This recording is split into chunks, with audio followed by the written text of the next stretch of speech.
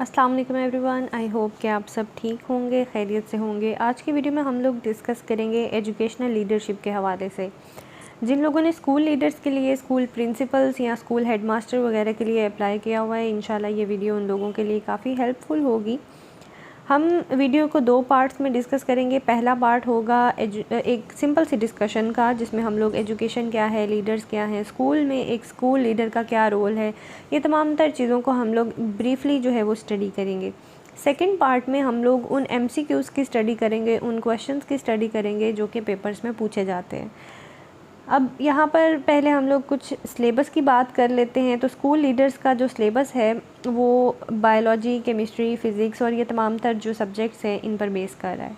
इसमें वो आपकी एनालिटिकल स्किल्स को भी जज करेंगे, आपका इंटेलिजेंस कोशेंट भी, जनरल नॉलेज भी। इसके अलावा आपको लीडरशिप और मैनेजमेंट स्किल्स कितनी आती हैं उस हवाले से कुछ एनालिटिकल क्वेश्चंस भी होंगे।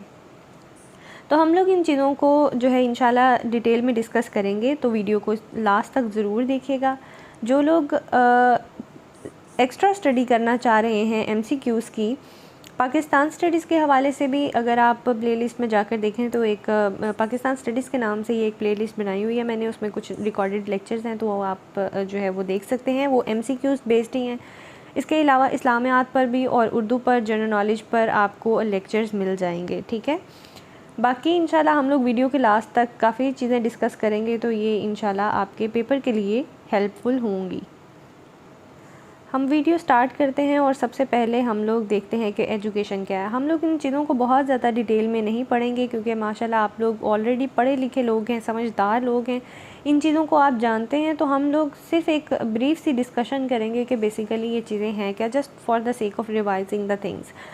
एजुकेशन क्या है? एजुकेशन बेसिकली एक लर्निंग प्रोसेस है इन अ वेरी सिंपल टर्म। ये कोई लंबी चौड़ी डेफिनेशन हम लोगों को याद करने की या मेमोराइज़ करने की ज़रूरत नहीं है। ये सारा सिर्फ एक लर्निंग प्रोसेस है जो कि हमारी ज़िंदगी के शुरू होने से ज़िंदगी के आखिर तक जो है वो चलता रहता है। हम लोग नॉलेज को सीखते कहाँ से हैं, गेन क्या करते हैं, हम लोगों की स्किल्स जो हैं, हम लोगों की हैबिट्स जो हैं, इनको सीखने का अमल, इनको फिर सीख कर एक जनरेशन से दूसरी जनरेशन में ट्रांसफ़ॉर्म करने का जो अमल है वो सारा जो है वो एजुकेशन में आ जाता है। अगर हम लोग इसको एक लाइन में डिफ़ाइन करना चाहें तो हम लोग ऐसे डिफ़ाइन कर सकते हैं that education is a process of acquiring knowledge and delivering it to others.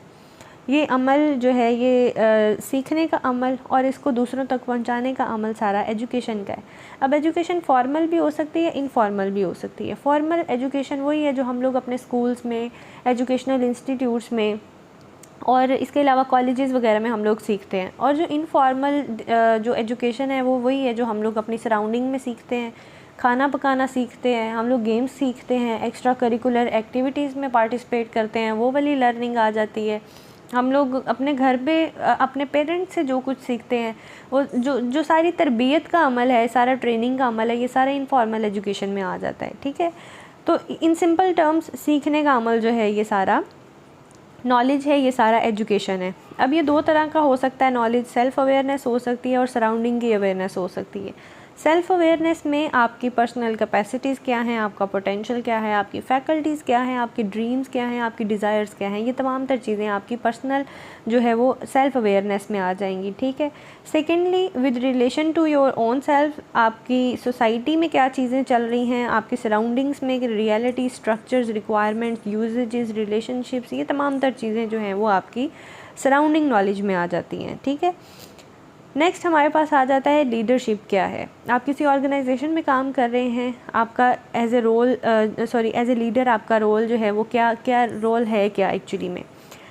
हम एक मिसाल ले लेते हैं, स्कूल की ही एग्जांपल लेते हैं। आप स्कूल में पढ़ा रहे हैं, आपका एम क्या है, एजुकेशन है, ठीक है, स्टूडेंट्स को एजुकेशन प्रोवाइड करना। अब गोल एजुकेशन है, इसको अचीव करने के लिए मुख्तलिफ़ लोग मुख्तलिफ़ रोल्स प्ले कर रहे हैं। आपके स्टूडेंट्स हैं वो पढ़ने के लिए आते हैं, तालीम हासिल करने के लिए आते हैं। आपके टीचर्स हैं वो इनको एजुकेशन प्रोवाइड कर रहे हैं। आपके गार्ड जो हैं इन स्टूडेंट्स को सिक्योरिटी प्रोवाइड कर रहे हैं। आपका एक जो स्कूल कोऑर्डिनेटर है वो स्कूल के स्टूडेंट्स और टीचर्स के दरमियान में लिंक्स पैदा कर रहा है, ठीक है, फैसिलिटेट कर रहा है उनको। आपका जो सुपरवाइज़र है स्टूडेंट्स को सुपरवाइज़ कर रहा है, उनके इश्यूज़ को डील कर रहा है, स्टडी में कोई प्रॉब्लम आ रहा है, ये तमाम तर चीज़ें वो देख रहा है, ठीक है।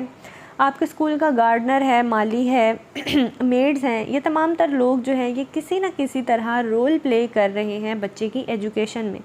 मिसाल के तौर पे माली जो है वो गार्डनिंग बहुत अच्छी कर रहा है, फूल लगा रहा है, पौधे लगा रहा है, तो वो स्टूडेंट्स को एक रिफ़्रेशिंग माहौल प्रोवाइड कर रहा है, ठीक है। इसी तरह आपके स्कूल की मेड्स हैं, वो क्लीनलीनेस के हवाले से, बच्चों की हाइजीन के हवाले से, ये तमाम तर जो चीज़ें हैं ये स्टूडेंट्स को अल्टीमेटली एजुकेशन और तालीम हासिल करने के लिए एक इम्पॉर्टेंट रोल प्ले कर रही हैं, ठीक है। एम क्या है? एजुकेशन, ठीक है। अब एज ए लीडर आपका यहाँ पर रोल ये आता है कि आपने इन तमाम चीज़ों को डायरेक्ट करना है, इन तमाम चीज़ों को सुपरवाइज़ करना है। आपने देखना है कि कहाँ पर कौन बंदा क्या रोल प्ले कर रहा है, और अगर वो रोल प्ले कर रहा है तो उसके लिए वो अकाउंटेबल भी है आपको, ठीक है। मिसाल के तौर पे एक जो गार्ड है उसने अपनी रिस्पॉन्सिबिलिटी कोई पूरी नहीं की, वो स्कूल से चला जाता है, वक्त से पहले चला जाता है, आपको इन्फॉर्म नहीं करके जाता है, एक छोटी सी मिसाल है, तो इसका कोई ना कोई नुकसान हो रहा है, ठीक है। तो इसके लिए वो अकाउंटेबल होगा आपको, आप पूछ सकते हैं उससे कि भाई तुमने अपनी ये वाली रिस्पॉन्सिबिलिटी क्यों पूरी नहीं की। इस इतनी लंबी एग्जाम्पल देने का मतलब ये है कि as a leader this is your responsibility कि आप हर किसी शख्स को आप गाइडलाइंस प्रोवाइड करें, आप उसको डायरेक्शंस दें, आप उससे उसकी वर्किंग के लिए फिर अकाउंटेबिलिटी भी जो है वो आपकी ज़िम्मेदारी है कि आप उनसे पूछें अगर उन्होंने कोई ज़िम्मेदारी जो है वो पूरी नहीं की, ठीक है। तो एक लीडर का रोल जो है ये बड़ा विजनरी रोल है, बड़ा उसको विजिलेंट होना पड़ता है, उसको अपनी रिस्पॉन्सिबिलिटीज़ तो पूरी करनी है, उसको दूसरों से उनकी रिस्पॉन्सिबिलिटीज़ को भी पूरा करवाना है एक कॉमन गोल को अचीव करने के लिए। तो अब हम लोग इस डेफिनेशन को इजीली समझ पाएंगे that leadership is a process of social influence which one person can enlist the aid and support of others to accomplish a common task. एक कॉमन टास्क अचीव करने के लिए एक लीडर जो है तमाम तर लोगों को इन्फ्लुएंस करता है उनसे वो काम कराने के लिए, in the very simple terms.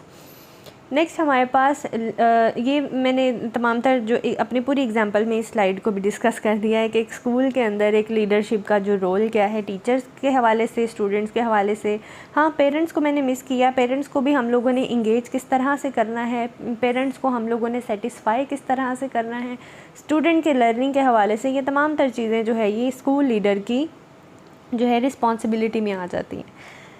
Back to 2019 मुझे याद है I was a school principal, तो मुझे किस तरह से चीज़ों को मैनेज करना पड़ता था, टीचर्स को जो है वो गाइडलाइंस प्रोवाइड करना पड़ता था, पेरेंट्स को जो है रिपोर्ट प्रोवाइड करना पड़ता था कि आपका बच्चा अगर वेल परफॉर्म कर रहा है तो इसमें किस टीचर का कितना रोल है, इसमें हमारे इदारे का कितना रोल है, और अगर कोई स्टूडेंट परफॉर्म नहीं कर रहा तो उस पर भी पेरेंट्स को जो है वो हम लोगों ने सेटिस्फाई करना होता था कि इसमें टीचर्स की कितनी गलती है या बच्चे की अपनी कितनी गलती है। तो एज ए स्कूल लीडर हम लोगों को इन तमाम तर चीज़ों को साथ लेकर चलना और बैलेंस करना जो है ये एक बड़ा इम्पॉर्टेंट और बड़ा ही ज़िम्मेदारी वाला काम है। तो ये सारी चीज़ें जो है वो स्कूल लीडरशिप में आ जाती हैं, ठीक है। नेक्स्ट ये स्कूल लीडरशिप के हवाले से कुछ जो है हम देख लेते हैं कि 20th सेंचुरी में इन चीज़ों का रोल जो है वो बहुत ज़्यादा बढ़ गया है, क्योंकि स्कूल से जो तमाम तर लोग हैं, तमाम पेरेंट्स हैं, उनकी एक्सपेक्टेशंस बहुत बढ़ गई हैं। तो स्टूडेंट्स की अचीवमेंट्स के लिए तमाम तर जिम्मेदारी जो है वो स्कूल्स पर आती है एंड अल्टीमेटली जो है वो स्कूल मैनेजमेंट पर आती है, स्कूल एडमिनिस्ट्रेशन पर आती है, स्कूल के लीडर्स पर आती है। ये आप देख सकते हैं कि यहाँ पर स्लाइड में मैंने ये जो पिक्चर अटैच की हुई है कि लीडर्स खड़े हुए हैं, टीचर्स हैं या प्रिंसिपल्स हैं, और उन्होंने पूरे जो है वो बिल्डिंग को सर पर उठाया हुआ है। तो ये जो अगर लीडर्स स्ट्रांग है तो स्कूल की एडमिनिस्ट्रेशन स्ट्रांग है, स्कूल की जो है वो मैनेजमेंट स्ट्रांग है, और फिर अल्टीमेटली ये स्टूडेंट्स की लाइफ में भी जो है वो चेंज लेकर आएगा। अब नेक्स्ट आ जाता है जी लीडरशिप स्टाइल। लीडरशिप का जो स्टाइल है डिफरेंट टाइम्स में डिफरेंट चीज़ें जो है वो एक्सपेक्टेशंस एक लीडर से की जाती है। मिसाल के तौर पर अगर कोई इमरजेंसी टाइम आता है तो वहाँ पर एक कंसेंसस डेवलप करना सारे लोगों के अंदर कि भाई हम लोग अगर एक बहुत ही हेस्टी डिसीजन लेना है, बहुत जल्दी से कोई डिसीजन लेना है, तो फिर एक लीडर ये नहीं करेगा कि सारे टीचर्स को बिठाए और फिर पहले उनसे पूछे कि भाई क्या किया जाए। एमरजेंसी टाइम में एक लीडर को बड़ा ऑटोक्रेटिक रोल प्ले करना पड़ता है। उसको जस्ट फ़ौरन डायरेक्शंस देनी है और वो फ़ौरन काम करवाना है, ठीक है। अगर आम हालात में तो ये जो लीडरशिप होगी ये ऑटोक्रेटिक लीडरशिप स्टाइल होगा, ठीक है। अगर हम लोग डेमोक्रेटिक लीडरशिप की बात करें तो डेमोक्रेटिक या लेज़र फेयर जो स्टाइल होगा वो बेसिकली आम रूटीन में जो चलता है कि अगर किसी चीज़ को लेकर आपने कोई डिसीजन लेना है तो आप स्कूल के तमाम तर स्टाफ को उसमें शामिल करते हो, सुपरवाइज़र्स को शामिल करते हो, टीचर्स को शामिल करते हो और समटाइम्स जो है आप स्टूडेंट्स को भी जो है वो शामिल करते हो। तो ये एक डेमोक्रेटिक स्टाइल ऑफ लीडरशिप होगा, ठीक है। और ऑटोक्रेटिक कब होगा? जब आप फ़ौरन से डायरेक्शंस दोगे और बाकी सब लोगों को जो है वो अपना रोल प्ले फ़ौरन से करना होगा और फिर अल्टीमेटली वो आपको इसके लिए अकाउंटेबल होंगे, ठीक है। अब हमारे पास आ जाती हैं जी लीडरशिप स्टाइल्स क्या है एजुकेशन में। डिफरेंट बैकग्राउंड से ताल्लुक़ रखने वाले डिफरेंट स्टूडेंट्स के लिए जो डिफरेंट 3 तरह के स्टाइल्स लीडरशिप के जो इंट्रोड्यूस कराए गए हैं वो है हायरार्किकल, ट्रांसफॉर्मेशनल और फैसिलिटेटिव, ठीक है। अब इनको हम लोग जो है वो स्टेप बाय स्टेप डिस्कस कर लेते हैं। हायरार्किकल स्टाइल ऑफ लीडरशिप क्या है इन स्कूल एजुकेशन? ये वही ट्रेडिशनल स्टाइल ऑफ लीडरशिप है जिसमें एक एडमिनिस्ट्रेटिव हेड होता है, एक प्रिंसिपल होता है, देन प्लानर आ जाते हैं, सुपरवाइजर्स आ जाते हैं, एनालिस्ट्स आ जाते हैं, पेंटा शर्टा सब पांडे हैं। ये मेरे जो गली वाले मोहल्ले वाले लोग हैं ना, इन्होंने अपनी आवाज़ ज़रूर डालनी होती है मेरे सारे लेक्चर्स में लेकिन बहरहाल हम लोग डिस्कस करते हैं। ये पूरा हायरार्किकल स्ट्रक्चर है जिसमें जो है वो मुझे अपनी बात ही भूल जाती है जब ये एक्स्ट्रा लोग आ जाते हैं बीच में। तो एडमिनिस्ट्रेटिव हेड होगा, प्रिंसिपल होगा और इसी तरह से जो है वो हायरार्की चलती जाएगी। एक पूरा ऑर्गेनाइजेशनल सेटअप होगा अप से डाउन तक बिल्कुल, और जो at the top of the building, at the top of the administration जो बंदा बैठा होता है वो लीडर का रोल प्ले करेगा। वो जो है वो तमाम तर चीज़ों को लेकर चलेगा, ठीक है। उसके बाद जो है वो ट्रांसफॉर्मेशनल स्टाइल आ जाता है। ट्रांसफॉर्मेशनल स्टाइल में क्या होता है? दिस इज़ जो हम लोगों ने ऑलरेडी डिस्कस किया, कंसेंसस बेस्ड एक स्टाइल है, ठीक है। It is basically based on working together, ठीक है। टू पुट अगर हम लोग ये स्लाइड ही पढ़ लें तो हम लोगों को ये कम्प्लीटली समझ में आ जाएगा। To work together to put in place a mechanism that will win the immediate benefits and the future ones. यानी जो भी डिसीजंस जो है वो लिए जाएंगे वो तमाम तर जो है वो कंसेंसस बेस्ड होंगे और शेयर्ड विजन की बुनियाद पर होंगे, और जितनी भी एक्टिविटी स्कूल में चल रही होंगी उनका एक कंप्लीट जो सेटअप होगा that would based on the consensus, shared goals and shared activities, ठीक है। लास्ट लाइन में है जी, द ट्रांसफॉर्मेशनल लीडरशिप बेसिकली जो है it fosters a sense of purpose and meanings to unite people for a better cause, ठीक है। Next हमारे पास आ जाती है facilitative style of leadership in the education. जो फैसिलिटेटिव स्टाइल है ये मोर डेमोक्रेटिक और मोर इंटरेक्टिव इन नेचर है, ठीक है। इससे आप एक लीडर की तरह नहीं बल्कि एक मैनेजर की तरह जो है इसमें रोल प्ले करते हो। अब लीडर में और मैनेजर में क्या फ़र्क होता है? जो लीडर है बेसिकली वो इस तरह से बिहेव करता है कि वो तमाम तर लोगों को डायरेक्शंस प्रोवाइड कर रहा होता है। वो at the top of the management बैठा होता है और वो लोगों से उनको रोल से साइन करता है और उनसे काम करवा रहा होता है, और फिर उनसे अकाउंटेबिलिटी जो है वो उनसे उनकी वर्किंग के हवाले से वो हर चीज़ पूछता है। लेकिन जो एक मैनेजर होता है वो बेसिकली आप यूँ कह सकते हैं he is one amongst equals. वो बाकी लोगों के बराबर में बैठकर मिलकर उनसे जो है वो काम करा रहा होता है और इंटरेक्टिव होता है ज़्यादा। वो उनसे एक लीडर की तरह वो रोल नहीं करता, लेकिन वो मैनेज कर रहा होता है, मिल के उनके साथ जो है वो सारी चीज़ों को डील कर रहा होता है, ठीक है। तो ये वाला जो स्टाइल है लीडरशिप का ये फैसिलिटेटिव स्टाइल कहलाता है। ये बड़ा डेमोक्रेटिक और बड़ा इंटरेक्टिव किस्म का जो है वो स्टाइल है। It works with the entire management, offering partnership in preparing for the future, for promoting the collective ideas by being the part of the crowd rather than being at the center, ठीक है। तो I am hopeful कि ये ज़रा understanding इससे हमारी develop होगी। अब व्हाट वर्क्स बेटर, हर एक सिचुएशन में डिफरेंट जो है वो हम लोग रोल्स या डिफरेंट स्टाइल से हम लोग डिफरेंट चीज़ें एक्सपेक्ट करते हैं। ये डिपेंड करता है आपके स्कूल की नेचर पर, आपके लर्निंग पर, आपके जो भी आपका इन्वायरमेंट है, उन तमाम तर चीज़ों पर कि कौन सा जो है वो स्टाइल बेटर होगा, किस कंडीशन में बेटर होगा। ये हम लोग इस चीज़ पर ये डिपेंड करता है कि आपके स्कूल का बेसिकली सेटअप क्या है, ठीक है। और लॉन्ग टर्म और शॉर्ट टर्म डिसीजंस को, लॉन्ग टर्म शॉर्ट टर्म जो हमारे गोल्स हैं उनको अचीव करने के लिए कौन सा ज़्यादा सूटेबल तरीका है, ये एक लीडर जो है वो डिसाइड करेगा।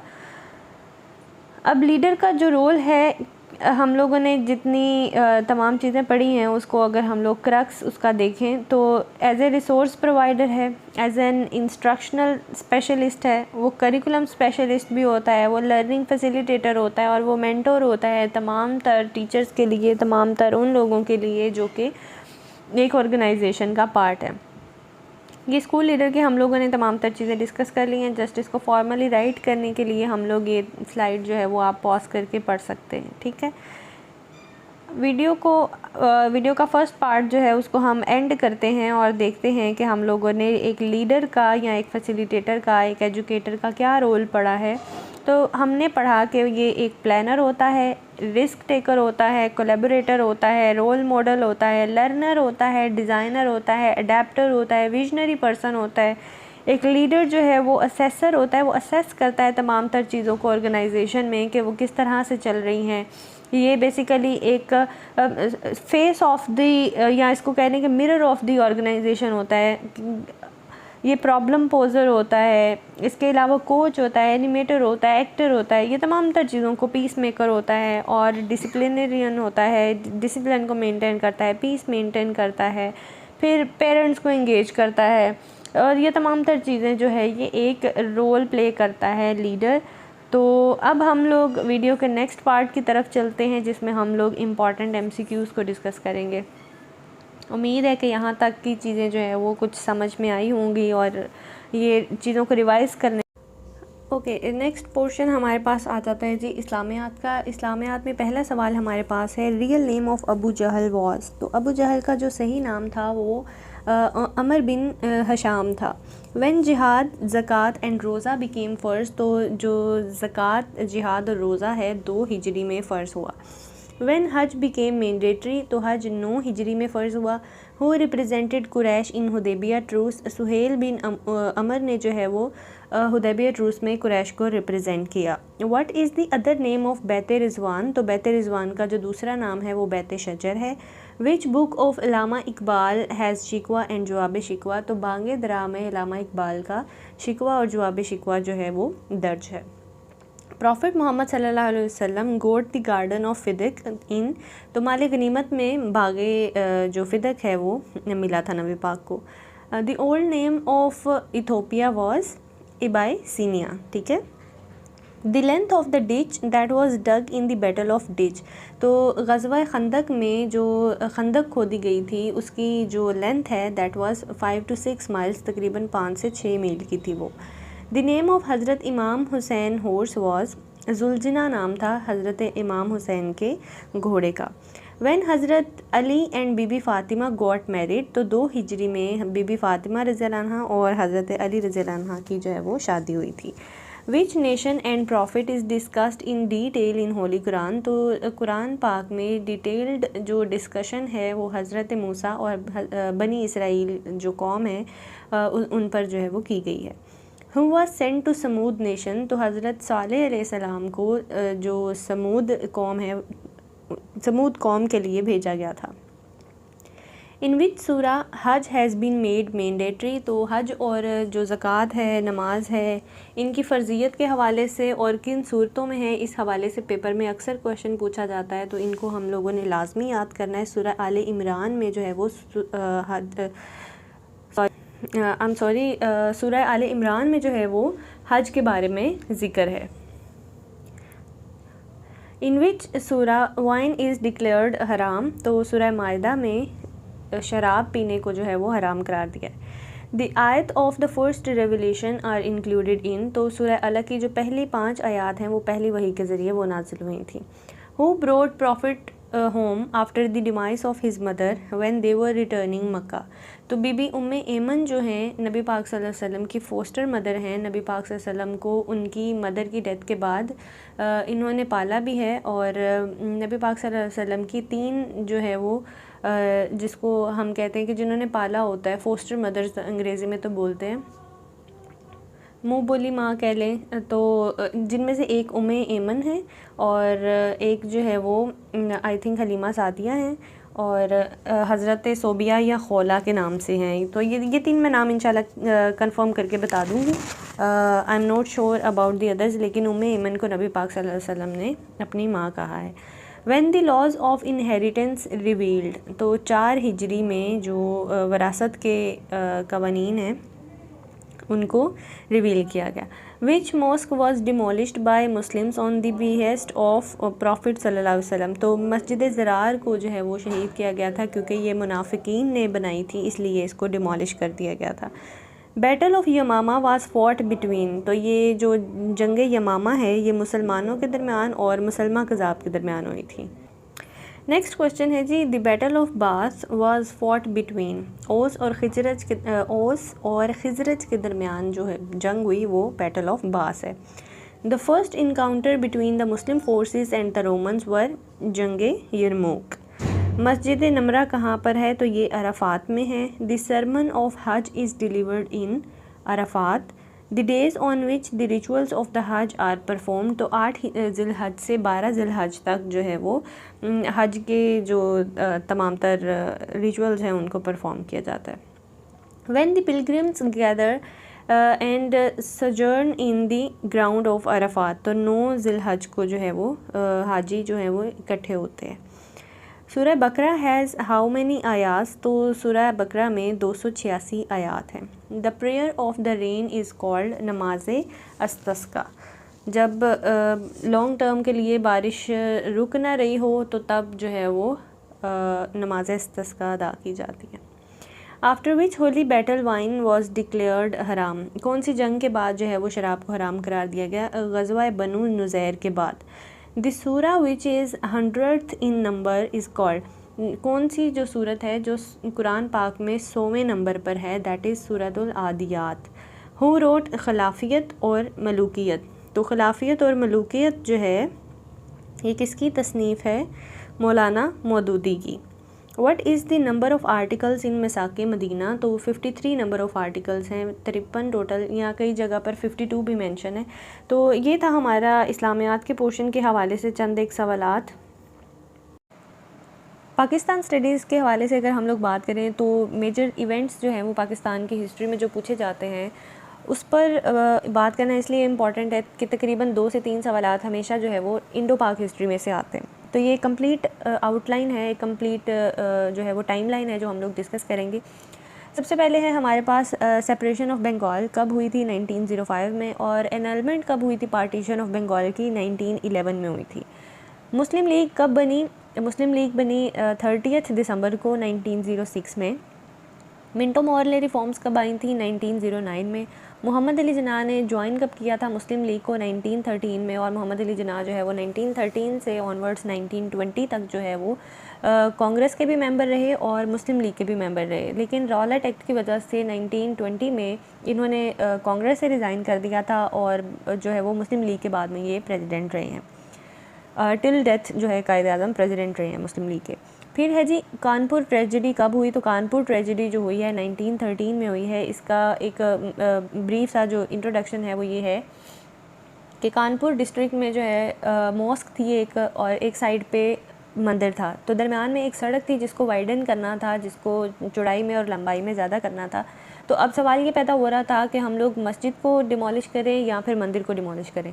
तो ऐसी सिचुएशन में, क्योंकि एक साइड पर जो है वो मस्जिद का हिस्सा आता था और दूसरी तरफ जो है वो मंदिर आता था, दोनों ऑपोजिट बिल्कुल बराबर में आते थे। अब अगर मंदिर को डिमोलिश करें तो हिंदू की फीलिंग्स हर्ट होंगी, और अगर मस्जिद को डिमोलिश किया जाए तो मुस्लिम्स की फ़ीलिंग्स हर्ट होंगी।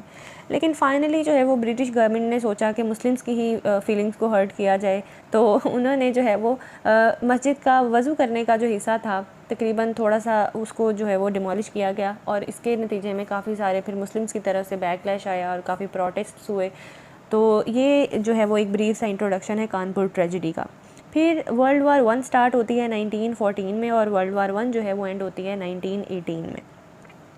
लखनऊ पैक्ट साइन होता है 1916 में, और लखनऊ पैक्ट जो कि हिंदू मुस्लिम यूनिटी का एक बड़ा बाब समझा जाता है, और इसी के तहत कायद आज़म को हिंदू मुस्लिम यूनिटी का एम्बेसडर भी कहा गया, और जिन्होंने इसको कायद आज़म को जिन्होंने एम्बेसडर ऑफ यूनिटी का खिताब दिया वो सरोजिनी नायडू हैं। और अगला सवाल आता है जी, वर्ल्ड वार 1 एंड कब हुई? 1918 में। खिलाफत मूवमेंट कब स्टार्ट हुई? 1919 में। 1919 में ये 2-3 इवेंट्स जो हैं वो इम्पॉर्टेंट हैं, एक खिलाफत मूवमेंट का, दूसरा रॉलेट एक्ट का। और फिर आगे आ जाता है जी इलामा इकबाल के बारे में सवाल कि इलामा इकबाल ने मुस्लिम लीग कब ज्वाइन की थी? 1922 में। इलामा इकबाल की डेट ऑफ बर्थ भी हमने याद रखनी है, उनकी डेट ऑफ डेथ भी याद रखनी है। 1938 में पैदा हुए थे, और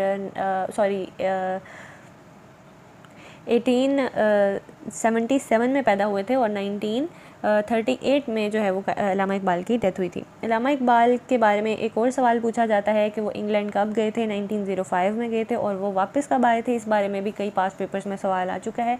1908 में वो वापस आए थे। अब इलामा इकबाल ने ज्वाइन मुस्लिम लीग की 1922 में, और फिर 1922 में ही चोरा चोरी का इंसिडेंट होता है 4 फरवरी को 1922 में। लियाकत अली ख़ान ने मुस्लिम लीग ज्वाइन की 1923 में, और साइमन कमीशन आता है 1927। साइमन कमीशन 1927 में अपॉइंट हुआ था, और 1928 में जो है ये इंडिया पहुंचा था। अब इंडिया में इसके नतीजे में काफ़ी सारे प्रोटेस्ट्स हुए। ये एक्चुअली कॉन्स्टिट्यूशनल रिफॉर्म्स के लिए इंडिया में आया था, लेकिन प्रॉब्लम ये अराइज़ हुआ कि इसमें इस पूरे कमीशन में जो है वो इंडिया की कॉन्स्टिट्यूशनल रिफॉर्म्स की बात हो रही है, लेकिन इंडिया का कोई भी लीडर, कोई भी मेंबर इसमें शामिल नहीं किया गया, जिसके नतीजे में गो बैक साइमन के नारे लगाए गए, प्रोटेस्ट्स किए गए, काफ़ी फिर मैसिव किलिंग भी हुई इसके नतीजे में। तो ये सारा जो इवेंट है ये 1927 का है। फिर आ जाता है दिल्ली प्रपोजल्स साइन हुए 1927 में। नेहरू रिपोर्ट आती है 1928 में, और फिर उसके बाद नेहरू रिपोर्ट के रिस्पॉन्स में जिन्ना के 14 पॉइंट्स आते हैं 1929 में। फिर खुदाई खिदमतगार मूवमेंट चलती है 1929 में। अगर आप लोग इसके नोट्स बना लें तो ये एक हिस्टोरिकल टाइमलाइन जो बनती है, इसमें से अक्सर जो है वो पास्ट पेपर में आपने देखा होगा 2 से 3 सवाल लाजमी आते हैं, तो ये आपको पाकिस्तान स्टडी वाले पोर्शन में अच्छे खासे मार्क्स दे सकता है। अल्लामा इकबाल स्पीच जो इलाहाबाद में उन्होंने की वो 1930 में की। फिर राउंड टेबल कॉन्फ्रेंसेस का आगाज़ होता है 1930 से 1932 तक। तो 30 में पहली है, 31 में दूसरी और 32 में तीसरी जो है वो कॉन्फ्रेंस हुई, और ये तीनों कॉन्फ्रेंसेस जो हैं वो लंदन में करवाई गई थी, लंदन में मुनक्किद हुई हैं। ठीक है। फिर कम्युनल अवार्ड्स आ जाते हैं 1932 में, और 1932 में ही खाकसार मूवमेंट स्टार्ट होती है। अक्सर मूवमेंट्स के हवाले से सवाल इस तरह आता है कि 4 ऑप्शंस होते हैं, 4 मूवमेंट्स का नाम दिया जाता है ऑप्शन में, और उसमें फिर पूछा जाता है कि इनमें से पहली मूवमेंट कौन सी थी। अक्सर मैंने पेपर में सवाल देखा है, क्विट इंडिया मूवमेंट के बारे में आता है, चोरा चोरी इंसिडेंट के बारे में आता है, और इसके अलावा जो है वो खाकसार मूवमेंट के बारे में भी कई पेपर्स में सवाल आया हुआ है। तो ये जो इम्पॉर्टेंट हिस्टोरिकल मूवमेंट्स हैं इनको याद रखना हमारे लिए बहुत इम्पॉर्टेंट है। खाकसार मूवमेंट हुई 1932 में, और फिर नाउ एंड नेवर मूवमेंट जो है वो 1933 में आती है। नाउ एंड नेवर के हवाले से जो है ये नाम नाउ एंड नेवर पम्फलेट में चौधरी रहमत अली ने जो नाम दिया था पाकिस्तान का, उसके हवाले से भी पेपर में सवाल आ चुका है कई मरतबा। नेक्स्ट है जी, Quaid-e-Azam became the permanent president of Muslim League in 1934। Government of India act आया 1935 में, और गवर्नमेंट ऑफ इंडिया एक्ट 1935 के अकॉर्डिंग एक सवाल आता होता है कॉन्स्टिट्यूशन मेकिंग का। वो अभी स्टेटमेंट तो मेरे जहन में नहीं है, जैसे मेरे माइंड में आए तो वो मैं कमेंट सेक्शन में आपको शेयर कर दूँगी। एक 1947 का जो एक्ट है उसके हवाले से, और एक गवर्नमेंट ऑफ इंडिया एक्ट के हवाले से। नेक्स्ट आ जाता है जी कांग्रेस मिनिस्ट्रीज़, जो कि 1937 में बनती हैं और उसके बाद 1939 तक रहती हैं, 2 साल का अरसा। और फिर मुसलमान बेचारे तंग आकर जो है वो इनके ख़िलाफ़ काफ़ी रिवोल्ट्स भी करते हैं और काफ़ी परेशानी की सिचुएशन भी क्रिएट होती है और फिर फाइनली 1939 में ये रिज़ाइन करते हैं। पीरपुर रिपोर्ट आती है 1938 में, और पीरपुर रिपोर्ट के हवाले से अक्सर सवाल आता है कि ये किसने लिखी थी? राजा मेहदी ने लिखी थी। और अगला सवाल है जी फ़ातिमा जिन्ना जॉइंड मुस्लिम लीग इन 1938। इस हवाले से पेपर में सवाल आया करता है कि मुस्लिम वुमेन जो हैं वो कब मुस्लिम लीग में शामिल हुई थी? तो जब जब ये विंग बनाया गया था फ़ीमेल्स के लिए मुस्लिम लीग में 1937-38 के दरमियान, तो ये सवाल भी हमने याद रखना है कि जो औरतों ने शिरकत की है मुस्लिम लीग में वो 1937-38 से स्टार्ट होती है। नेक्स्ट क्वेश्चन आता है जी वर्ल्ड वार 2 जो है कब स्टार्ट हुई? 1939 में, और ये एंड कब होती है? 1945 में, ठीक है। और फिर उसके बाद UNO बन जाती है 1945 में। कांग्रेस मिनिस्ट्रीज़ रिज़ाइन करती हैं 1939 में, और इनके रेजिग्नेशन के नतीजे में मुसलमानों ने निजात का दिन सेलिब्रेट किया, डे ऑफ डिलीवरेंस जिसको बोलते हैं, और ये 22 मार्च 1939 में मुस्लिम्स ने डे ऑफ डिलीवरेंस को जो है वो सेलिब्रेट किया। लाहौर रेजोल्यूशन जो है 23 मार्च 1940 को साइन हुआ। फिर उसके बाद आता है क्रिप्स मिशन 1942 है, क्विट इंडिया मूवमेंट 1942 में। और ये देखें अगेन जो है वो एक मूवमेंट के बारे में सवाल है और ये पास्ट पेपर में बहुत दफ़ा पूछा जा चुका है। शिमला कॉन्फ्रेंस जो है वो 1945 डेट है इसकी, और शिमला अकॉर्ड जो है वो साइन हुआ 1972 डेट है। ये शिमला के हवाले से 2-3 सवालात हैं, ये पास्ट पेपर में अक्सर पूछे जाते हैं। शिमला कॉन्फ्रेंस, शिमला अकॉर्ड, और एक और शिमला के बारे में सवाल आता है वो मेरे माइंड से स्किप हो गया। नेक्स्ट है जी जनरल इलेक्शंस कब कंडक्ट करवाए गए? 1945 में, और प्रोविंशियल इलेक्शंस 1946, और फिर उसके बाद दिल्ली कन्वेंशन होती है 1946 में। देन कैबिनेट मिशन प्लान आता है, और उसके बाद जो है फाइनली पाकिस्तान को इंडिपेंडेंस मिलती है 14 अगस्त 1947 को। तो ये एक कंप्लीट जो है ये हिस्टोरिकल टाइमलाइन है, इसको याद करना बहुत इंपॉर्टेंट है। पाकिस्तान स्टडीज़ के हवाले से हिस्टोरिकली जो है वो बहुत सारे इवेंट्स पूछे जाते हैं। इनकी कंप्लीट डेट्स मैं तो कहूँगी कि मेरी सजेशन यही है कि आप कंप्लीट डेट्स याद करें मंथ के साथ, और जो है वो एग्जैक्ट डेट और ईयर है, लेकिन एक जनरली इन चीज़ों को गो थ्रू करने के लिए ये कंप्लीट टाइमलाइन मेरी कोशिश थी कि ये हम लोग एक दफ़ा रिवाइज़ कर लें। ओके, अब हम कुछ जनरल नॉलेज के क्वेश्चंस डिस्कस कर लेते हैं जो कि रिसेंटली भी पेपर्स में पूछे जा चुके हैं। तो इससे हम लोगों की एक अंडरस्टैंडिंग डेवलप हो जाएगी कि पेपर जो है वो KPPSC या PPSC हम लोगों से किस तरह के क्वेश्चंस जो है वो डिमांड कर रहा है, किस तरह की प्रिपरेशन डिमांड कर रहा है। तो जनरल नॉलेज वाले पोर्शन में हमारे पास पहला सवाल है, the study of sport in a society is called, क्या कहलाती है? स्पोर्ट्स सोशियोलॉजी कहलाती है। The accord between PLO and Israel is known as Oslo Accord. USSR followed which type of system? Communism. और USA कौन सा फॉलो करता है? Capitalism. Youngest president of USA is John F Kennedy, और इनको 1963 में असैसिनेट कर दिया गया था, और उस वक्त आई थिंक ये 35th प्रेसिडेंट हैं यूनाइटेड स्टेट्स ऑफ अमेरिका के, और इनकी एज भी लगभग जो है वो इतनी ही थी 35 to 40 के दरमियान में। Who is known as the second teacher? Al Farabi जो हैं ये सेकेंड टीचर कहलाते हैं, और जो फर्स्ट टीचर हैं वो एरिस्टोटल है। Civil war in United States of America started in 1775। 1776 में अमेरिका जो है वो आज़ाद होता है, और ये सिविल वॉर चलती है 1783 तक। यूनाइटेड नेशंस चार्टर हम लोगों को पता है कि साइन कब हुआ था? 1945 में, लेकिन पेपर में इसका मंथ पूछा गया था, that is in June. Aleem Dar का जो इक्वल है, Aleem Dar equal to the record of, यानी उसकी बैंक अकाउंट की बात हो रही है। आई थिंक ये क्वेश्चन मेरे पास थोड़ा सा मिसिंग है, स्टीव बकनर के इक्वलेंट है, ठीक है। नेक्स्ट है जी, which state is not included in North America? तो जो योरगवे है that was not included in North America. How many games were included in 2020 Olympics? तो 2020 ओलंपिक्स में जो है वो 4 गेम्स को ऐड किया गया, जिसमें कराटे भी जो है वो एक गेम है, ठीक है। नेक्स्ट क्वेश्चन है जी, 2020 ओलंपिक गेम्स का थीम क्या था? तो ये थीम था जी यूनाइटेड बाय इमोशन। और अगला सवाल है जी, लीबिया का कैपिटल क्या है? ट्रिपोली।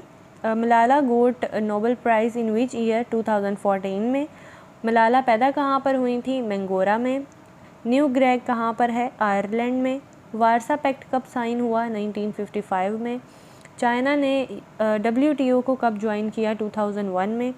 पेरिस ऑफ एशिया या पेरिस ऑफ पाकिस्तान भी जो है वो कराची को बोला जाता है। पाकिस्तान का प्रीवियसली कैपिटल कौन सा है? कराची है, और अभी जो है वो इस्लामाबाद है। अफ़गान वार जो थी वो कौन सी वॉर इसको कहा जाता है? तो ये गुरिल्ला वॉरफेयर कहा जाता है। सिल्क की जो प्रोडक्शन है ये कहाँ से स्टार्ट हुई? कौन सी कंट्री से स्टार्ट हुई? तो ये चाइना से स्टार्ट हुई। नेक्स्ट ये क्वेश्चन थोड़ा सा मिसिंग है मेरे पास। The response to the West Greta Thunberg's was written in which year? 2019 में। गोलान हाइट्स जो हैं they were snatched in which year from Syria? Israel ने सीरिया से गोलान हाइट्स को कब स्नैच किया, कब छीना? इन 1967।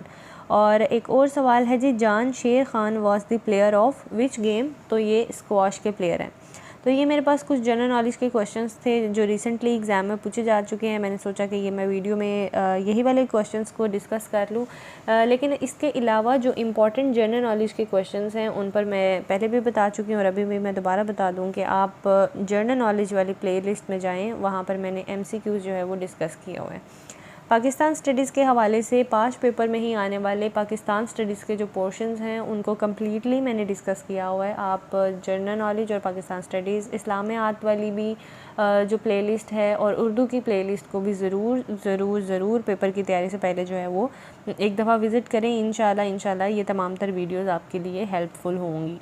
कैपिटल्स के हवाले से कुछ वीडियोस ऑलरेडी चैनल पर अपलोड की हुई हैं, वो आप देख सकते हैं, लेकिन यहाँ पर डिस्कस करने का मकसद ये है कि पेपर्स में अक्सर कैपिटल्स के हवाले से जो है वो सवाल आ जाता है। तो कुछ चंद एक कैपिटल्स हैं जिनको हम डिस्कस कर लेते हैं। सबसे पहले हमारे पास है इटली का कैपिटल है रोम।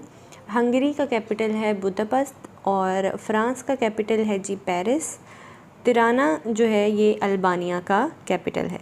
नेक्स्ट क्वेश्चन है जी, capital of Algeria. Capital of Algeria is एल्जियर्स।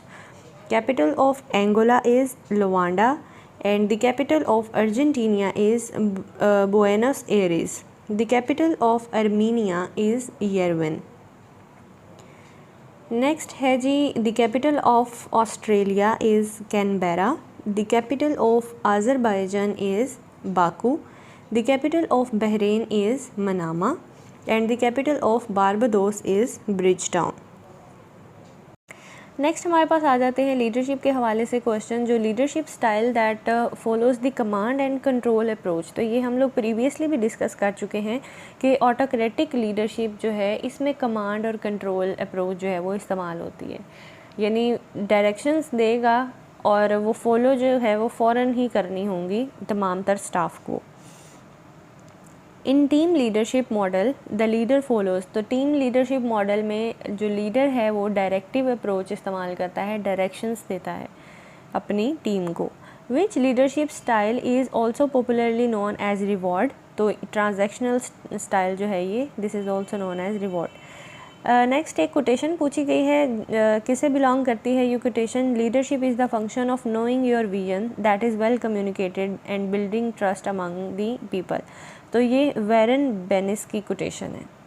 It is an expression of differences, antagonism and difference of approach. अब देखें 3 चीज़ें हैं जिन तीनों में ही जो है इख्तलाफ की बात हो रही है, एक्सप्रेशन ऑफ डिफरेंस, एंटागनिज़म और डिफरेंस ऑफ अप्रोच, यानी विजन में भी डिफरेंस हो, एक्सप्रेशन में भी डिफरेंस हो और बात करने में भी जो है वो इख्तलाफ आ रहा हो। वो क्या है? ये डेफिनेटली कॉन्फ्लिक्ट है।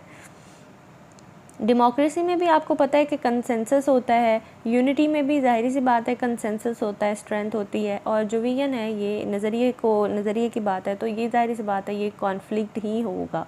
अगला सवाल है जी, the most appropriate motivational tool with a teacher is. तो एक टीचर के लिए जो मोटिवेशनल टूल जो वो इस्तेमाल कर सकता है वो सूरत में कर सकता है जबकि वो कम्प्लीटली एक्सेसिबल होगा अपने स्टूडेंट्स के लिए, हर टाइम वो अवेलेबल हो। अगर स्टूडेंट को किसी भी चीज़ के हवाले से इश्यूज़ आ रहे हैं तो वो अवेलेबल हो। सेकेंडली वो इजी टू टॉक हो, ठीक है, स्टूडेंट्स उससे इजीली बात कर सकते हो। The principle of fairness is equity, ठीक है। Theory that includes philosophical, sociological and psychological considerations is, तो ये इनमें से कौन सी थ्योरी है? पेडागोजिकल थ्योरी है। स्टडी ऑफ टीचिंग भी जो है वो पेडागोजी कहलाती है। Cooperative teaching, peer tutoring and multi sensory teaching, ये किस में शामिल होते हैं? ये इंक्लूसिव एजुकेशन में शामिल है। It helps to recognise and benefit from others difference and help, तो ये जो है कॉन्फ्लिक्ट मैनेजमेंट है, ठीक है। The team gets inspired by the leaders enthusiasm and consistent disciplined behavior towards the organization. This trait focuses the leader as the leadership formation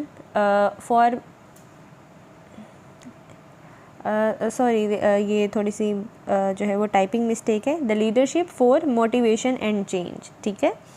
अगला सवाल है जी, the process through which appropriate human and material resources are made available and made effective for accomplishing the purpose of school organisation is education and administration.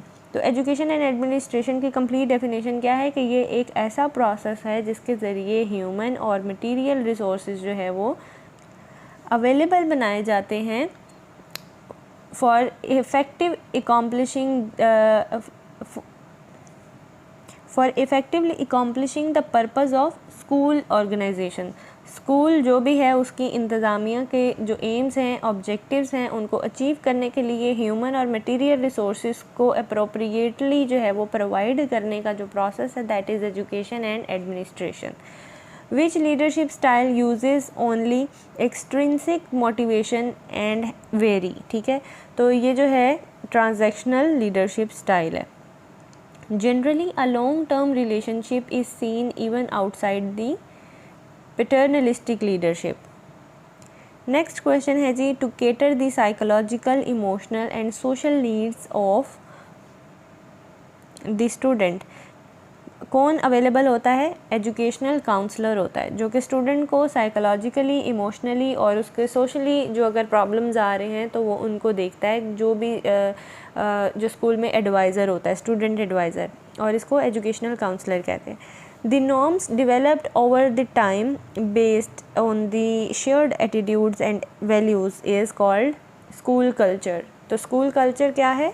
The norms developed over the time which are based on the shared attitudes and values. Next question हमारे पास आ जाता है जी, goals of the classroom management is.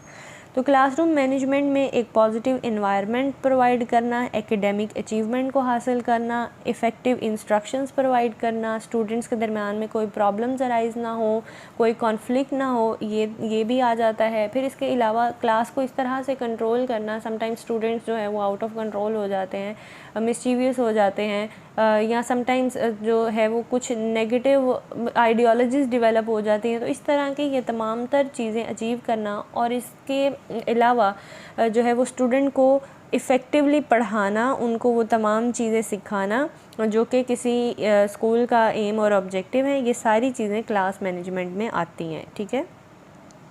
The most crucial challenges to change management is an human factor. It creates distinct professional leadership between the leaders and authoritative. Okay, ये leaders और जो organisation के बाकी स्टाफ है ये उनके दरमियान की बात हो रही है कि it creates distinct professional leadership between the leaders and the others, ये ज़रा अथॉरिटेटिव नेचर में आ जाता है। It is a master plan for making the resources available in the organisation and plan the monetary. तो मनीटाइजेशन की जितनी भी चीज़ें हैं वो सारी बजटिंग में आती हैं, पैसों के हवाले से जो भी चीज़ें हैं। तो ये लीडरशिप के हवाले से चंद एक सवालात थे। आप मुख्तलिफ़ वेबसाइट्स से जो है वो इसकी प्रिपरेशन करें, और अगर इसके ऊपर कोई बेटर बुक अवेलेबल है तो उसकी भी वहाँ से भी इसकी तैयारी करें, वो ज़्यादा इफ़ेक्टिव होंगे। ये तो एक चंद एक सवालात हैं जो हो सकता है कि पेपर के हवाले से पूछे जा। ओके, नेक्स्ट हम डिस्कस कर लेते हैं कुछ एवरीडे साइंसेस के क्वेश्चंस, और फिर इसमें हम लोग बायोलॉजी को भी डिस्कस करेंगे, केमिस्ट्री को, फिज़िक्स को भी, और तमाम तर जो सब्जेक्ट्स आ जाते हैं जो कि सिलेबस में इंक्लूडेड हैं, हम लोग वो चीज़ें जो है वो कुछ लाइक 10 to 15 क्वेश्चंस ईच जो है हम डिस्कस कर लेंगे। पहला सवाल है जी, what is approximate average thickness of the earth's continental crust. तो अर्थ की जो कॉन्टिनेंटल क्रस्ट की जो थिकनेस है वो तकरीबन 25 माइल्स है। C is the right answer. Next है जी, according to the scientists how many galaxies are there in the universe. तो तकरीबन 100 बिलियन जो गैलेक्सीज हैं दुनिया में पाई जाती हैं। What is the maximum temperature that the human skin can endure without getting blisters. तो तकरीबन 40 डिग्री सेंटीग्रेड का जो टेम्परेचर है ह्यूमन बॉडी बर्दाश्त कर सकती है, और फिर इसके बाद जो है वो फिर ब्लिस्टर्स बनना शुरू हो जाते हैं, छाले बनना शुरू हो जाते हैं बॉडी पे। Which of the following substance is not a conductor. Aluminium, silicon, graphite, ये तमाम तर जो है वो कंडक्टर्स हैं, तो राइट आंसर जो है वो डी है। What is the most abundant form of the matter in the universe। तो दुनिया में सबसे ज़्यादा पाया जाने वाला जो मैटर है that is plasma। About how much energy entering the earth's atmosphere is in form of the sunlight। तो सनलाइट की वजह से जो एनर्जी ज़मीन पर जो है वो एंटर होती है that is almost 99.9%। Vitamin D की डेफिशिएंसी की वजह से कौन सी बीमारी इनमें से होती है, नाइट ब्लाइंडनेस, रिकेट्स, कर्वी या हेयर फॉल। तो जो रिकेट्स है that is because of deficiency of vitamin D. During winter in the cold countries the dash is mixed to melt the ice on the icy roads. तो icy roads के ऊपर जहाँ पर बर्फ़ बहुत ज़्यादा जम जाती है, नमक उसमें डालने से जो है वो बर्फ़ पिघल जाती है। नेक्स्ट क्वेश्चन है जी, the planets that moves round the sun at the highest speed is.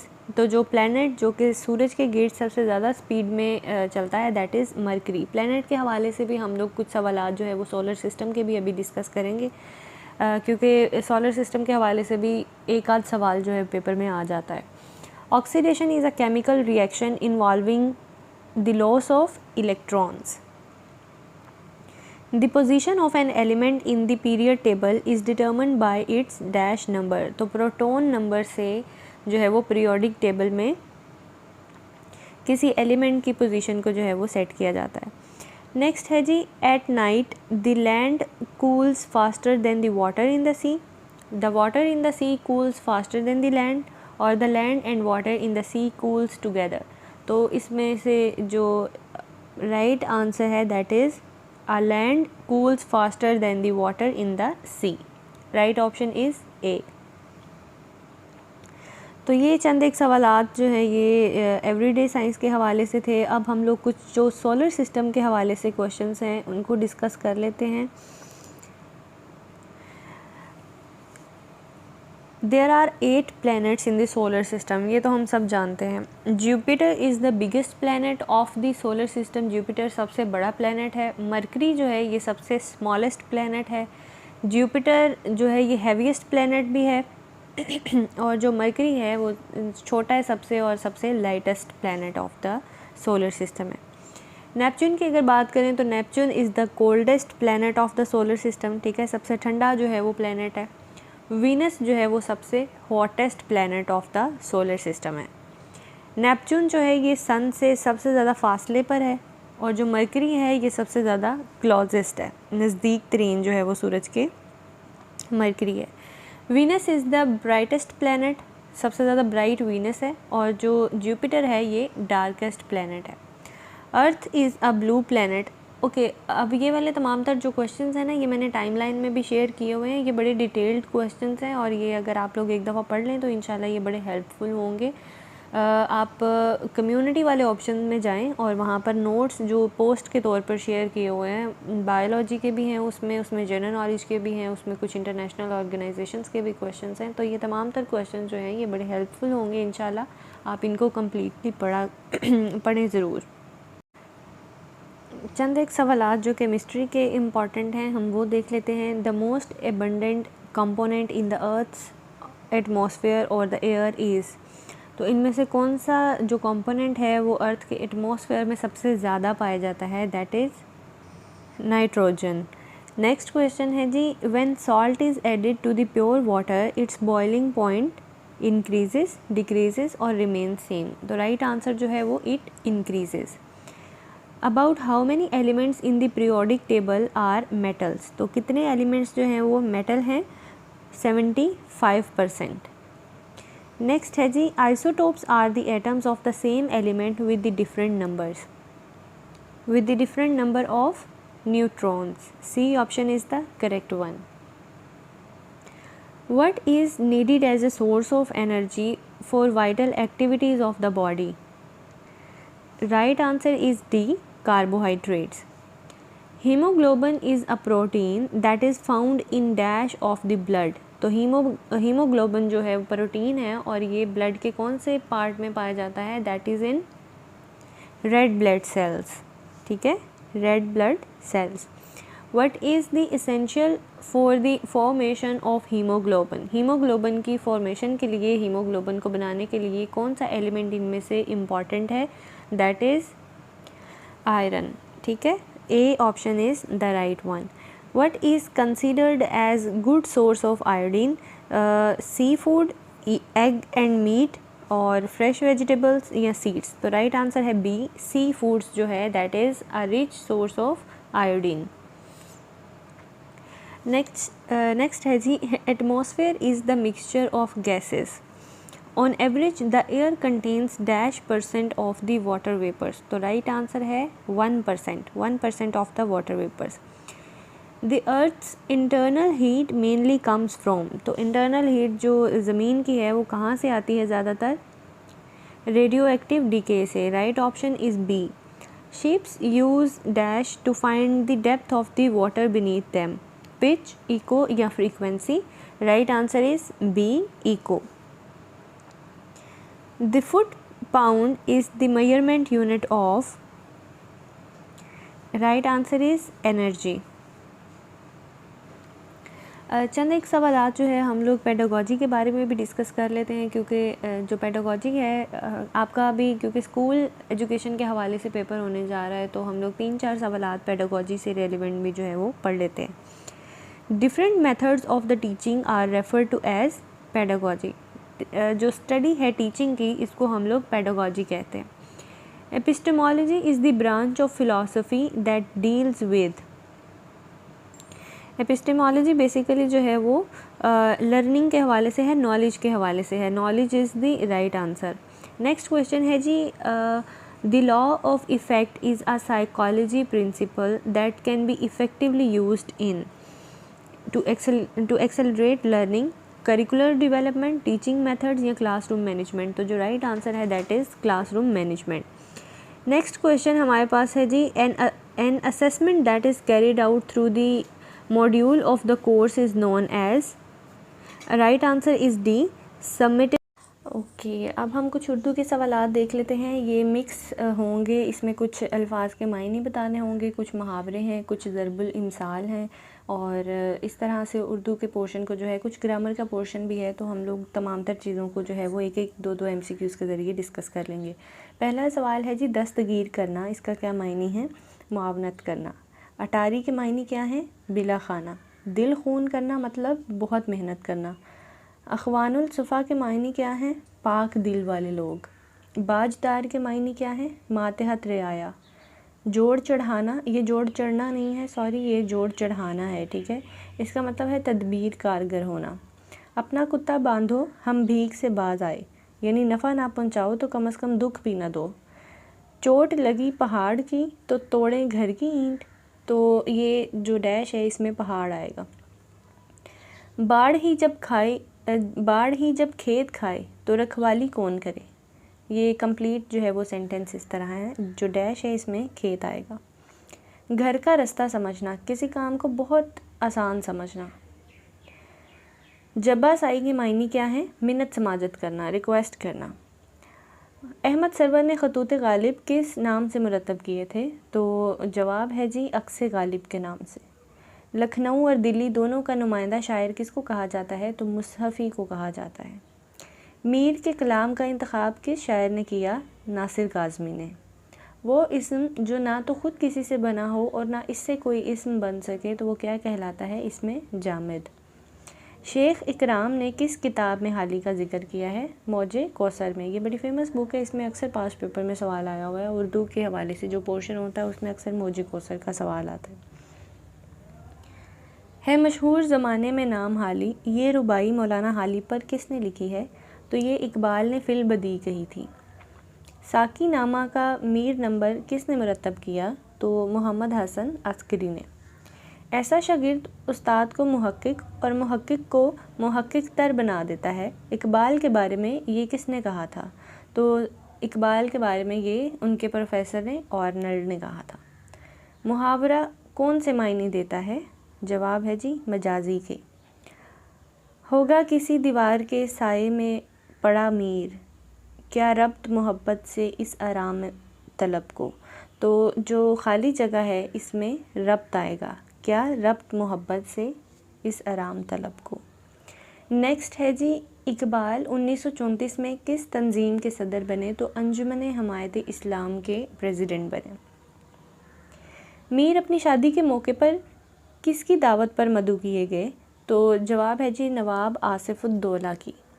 Urdu अदब में तंज़ो मज़ाह और हम असर रुझानात किसकी तसनीफ़ है? तो ये है जी प्रोफेसर कमर रईस की। नेक्स्ट लास्ट हमारे पास 25th क्वेश्चन है जी, जुमले में दो अज्जा पाए जाते हैं, एक मुब्तदा और दूसरा ख़बर। तो ये हमारे पास चंद एक उर्दू के सवालात है जिसमें हम लोगों ने अल्फाज मायने भी देख लिए और ज़रबुल इमसाल भी देख ली, खाली जगह अशार भी कुछ देख लिए। तो इस तरह से हम लोगों ने तमाम तर चीज़ों को कॉम्प्रिहेंसिवली देखना है। नेक्स्ट हमारे पास जो 8% पेडागोजी का है उसमें से हम लोग कुछ सवालात को डिस्कस कर लेते हैं। पहला क्वेश्चन है जी, the main purpose of the supervision of a teacher should B.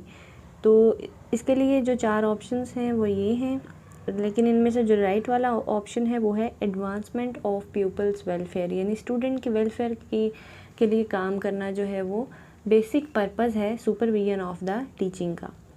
Supervision should be primarily क्या होनी चाहिए? कंस्ट्रक्टिव होनी चाहिए, क्रिएटिव होनी चाहिए। एक सुपरवाइज़र का रोल जो है वो किसी भी स्टूडेंट की लाइफ में कंस्ट्रक्टिव रोल होता है और इसको क्रिएटिव भी होना चाहिए। नेक्स्ट आ जाता है जी, the basic purpose of the supervision is to help. तो किस चीज़ को हेल्प करने के लिए सुपरविजन की जाती है? इसलिए कि चिल्ड्रन जो है वो ज़्यादा इफ़ेक्टिवली सीख सकें, बच्चे जो हैं वो the children should learn more effectively. Right answer जो है वो सी है। नेक्स्ट है जी, the elementary school teachers are directly responsible to. तो वो किसको जवाब दे होते हैं? नंबर 1 जो है वो राइट आंसर है हेड मास्टर को। टीचर जो है वो अकाउंटेबल होते हैं अपनी वर्किंग के लिए हेड मास्टर को। The criticism most frequently leveled at the school administration is, यानी स्कूल एडमिनिस्ट्रेशन पर जो तनकीद की जाती है वो ज़्यादातर किस हवाले से की जाती है? That they fail to provide leadership. The school head masters are expected to. अब हम लोगों ने डिफरेंट रोल्स पढ़ने हैं यहाँ पर। स्कूल हेड मास्टर का रोल क्या होगा? To put into operation the course of study. बच्चों के लिए जो कोर्स डिज़ाइन किया गया है उसको कम्प्लीटली जो है वो अपने स्कूल में रेगुलेट करना जो है वो एक हेड मास्टर की ज़िम्मेदारी है। A supervisor is the one who.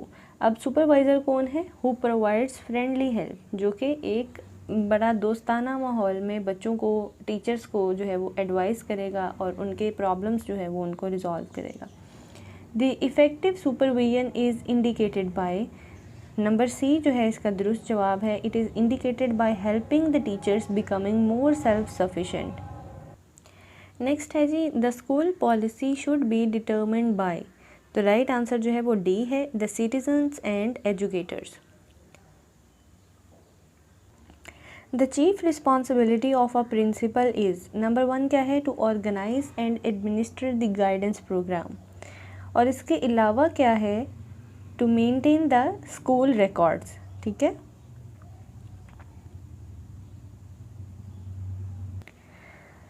All right, number 10 है जी, the chief responsibility of a principal. यहाँ पर कुछ टाइपिंग मिस्टेक है। पहला ऑप्शन जो है वो ए जो है organise and administer the guidance programme है, और सेकंड जो बी ऑप्शन है जो कि करेक्ट ऑप्शन है provide the leadership in the instructional plan. ठीक है, तो ये रिस्पॉन्सिबिलिटी है प्रिंसिपल की, to provide the leadership in instructional plan.